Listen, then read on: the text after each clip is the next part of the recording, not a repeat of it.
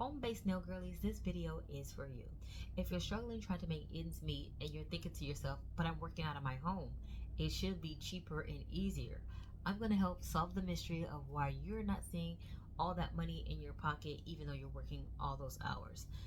I'm specifically talking about home-based nail techs in this video, but this is part of a 4-video series where I'll be going over the cost to operate out of your home, the cost to operate out of a salon suite, product costs and how to price, and of course, how to track your numbers so that you can be profitable. So stick with me during this whole series and I'll make sure that you can get to the bag sooner than later.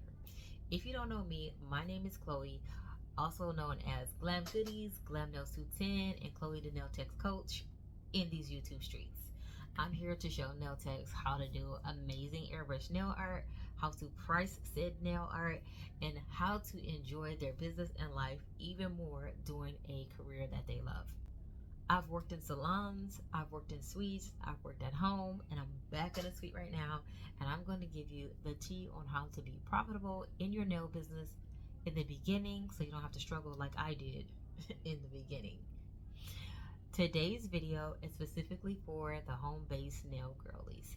If that's you, please stick with me through the end of the video. I'm going to give you tons of tips, a few Excel formulas so that you can calculate these numbers on your own and so that you can apply all of these tips to your business. So let's get into it. A lot of times when we work from home, clients would try to gaslight us and tell us, well, you're working from home, it should be cheaper anyway. And that could not be further from the truth.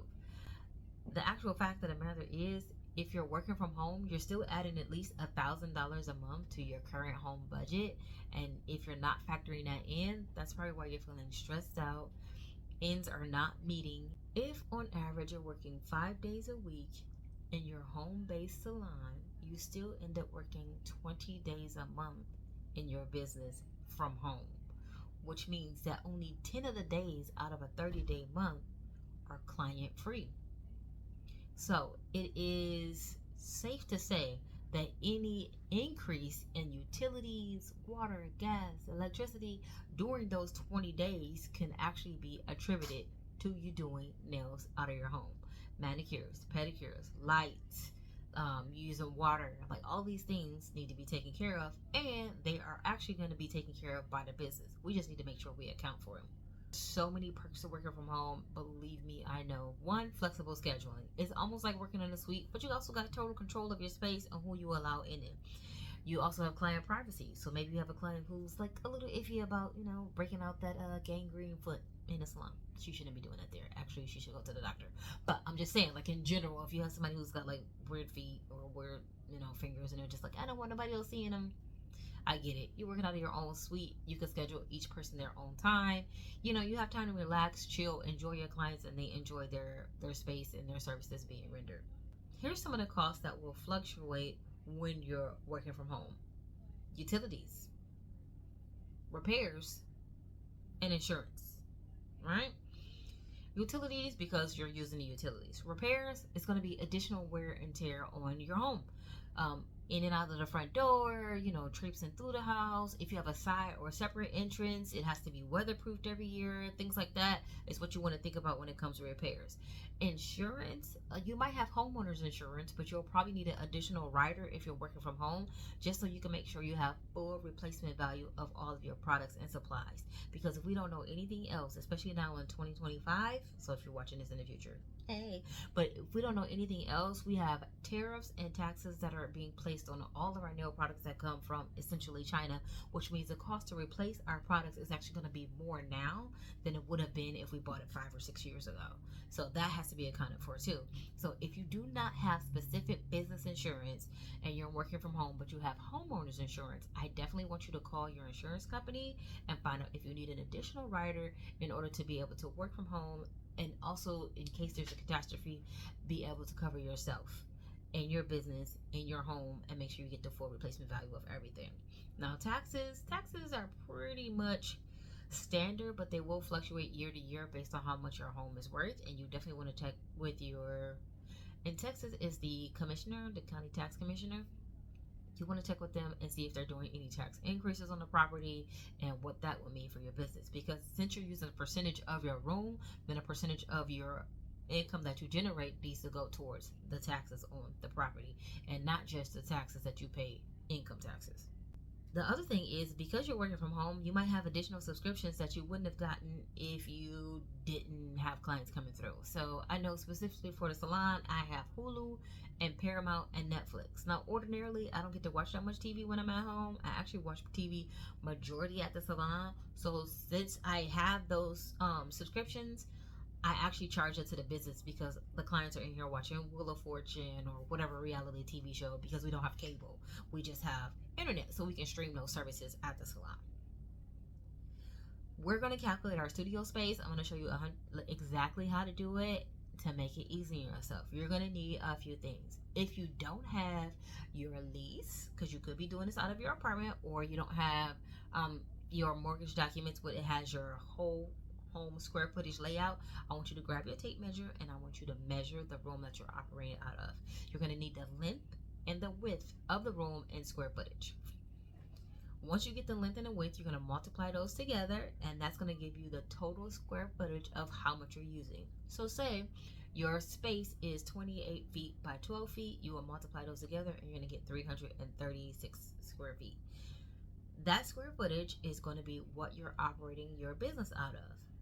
This information is also great to have for when you prepare your taxes at the end of the year. You will provide your tax preparer with the total amount of square feet that you're using out of your home, and they're going to probably do the same calculation if you don't already have it done. We're going to look at the spreadsheet here, and I'm going to show you exactly how you do it. Take the whole square footage of our actual home or apartment that we're renting. This space, we're going to go with 2,000 square feet. So if your home is 2,000 square feet and 336 of those feet is being used for operating your business, then you're going to divide those numbers, and that's going to give you a percentage of 17.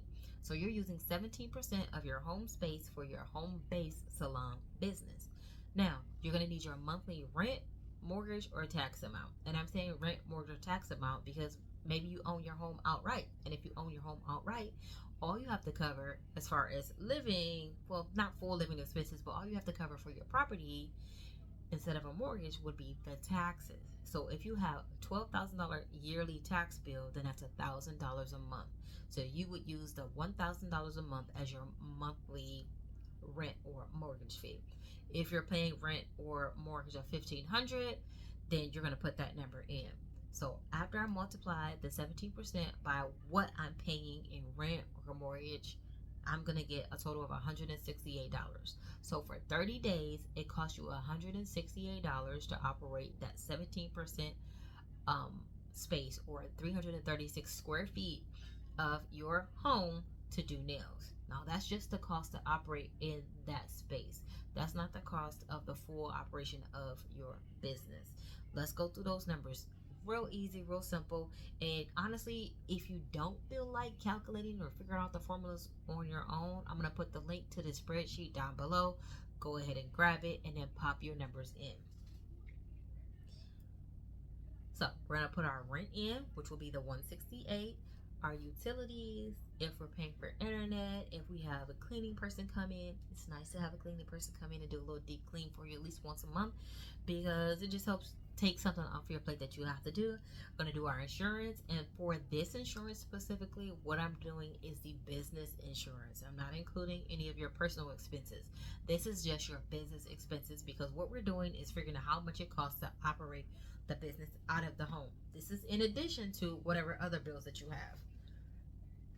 So insurance, your supplies. So if you buy nail supplies every day, you need to put that amount in there. I will suggest very specifically that you buy nail supplies once a month.